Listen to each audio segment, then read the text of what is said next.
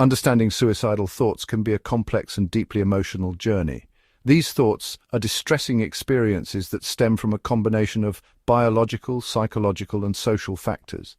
Knowing what happens in the brain during these moments and understanding how to respond constructively can make a significant difference in navigating this crisis. When someone experiences suicidal thoughts, their brain undergoes several changes that reflect a state of emotional and cognitive overload. Neurotransmitters, the brain's chemical messengers, often become imbalanced. For instance, low serotonin levels, which are associated with mood regulation, can intensify feelings of sadness, hopelessness, and impulsivity. Similarly, dopamine, a neurotransmitter crucial for motivation and reward, might also be impaired, leading to feelings of numbness or a lack of pleasure in life. Certain brain regions also play a significant role. The prefrontal cortex, responsible for decision-making and impulse control, may show reduced activity. This can impair rational thinking and increase the risk of impulsive actions.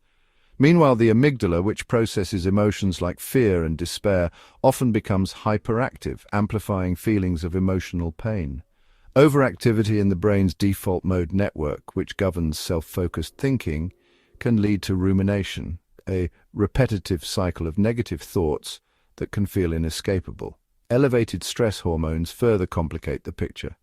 High levels of cortisol, often referred to as the stress hormone, can affect brain function, particularly in the hippocampus, a region involved in emotion regulation.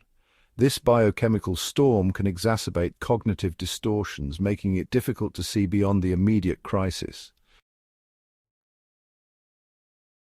Common patterns of distorted thinking might include catastrophizing, such as believing that things will never get better, or all-or-nothing thinking, like concluding that there's no solution except this.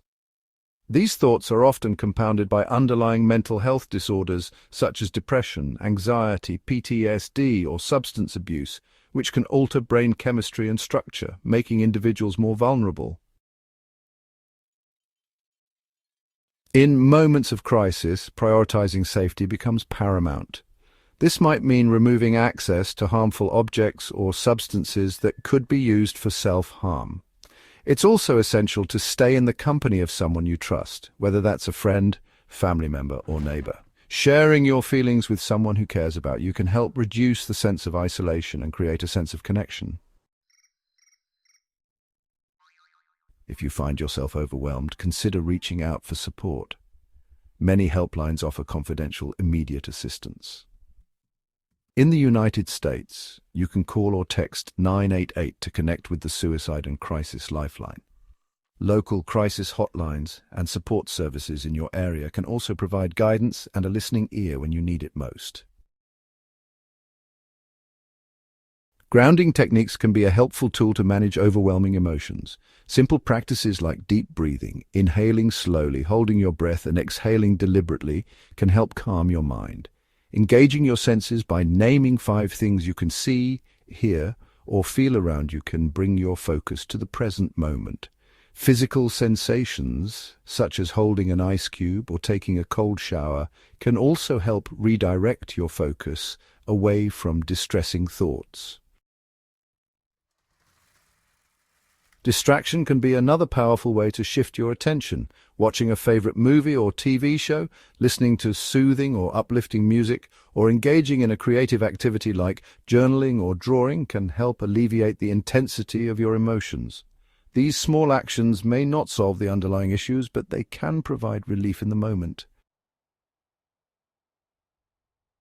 Challenging negative thoughts is another important step. Remind yourself that these feelings are temporary and do not define your worth.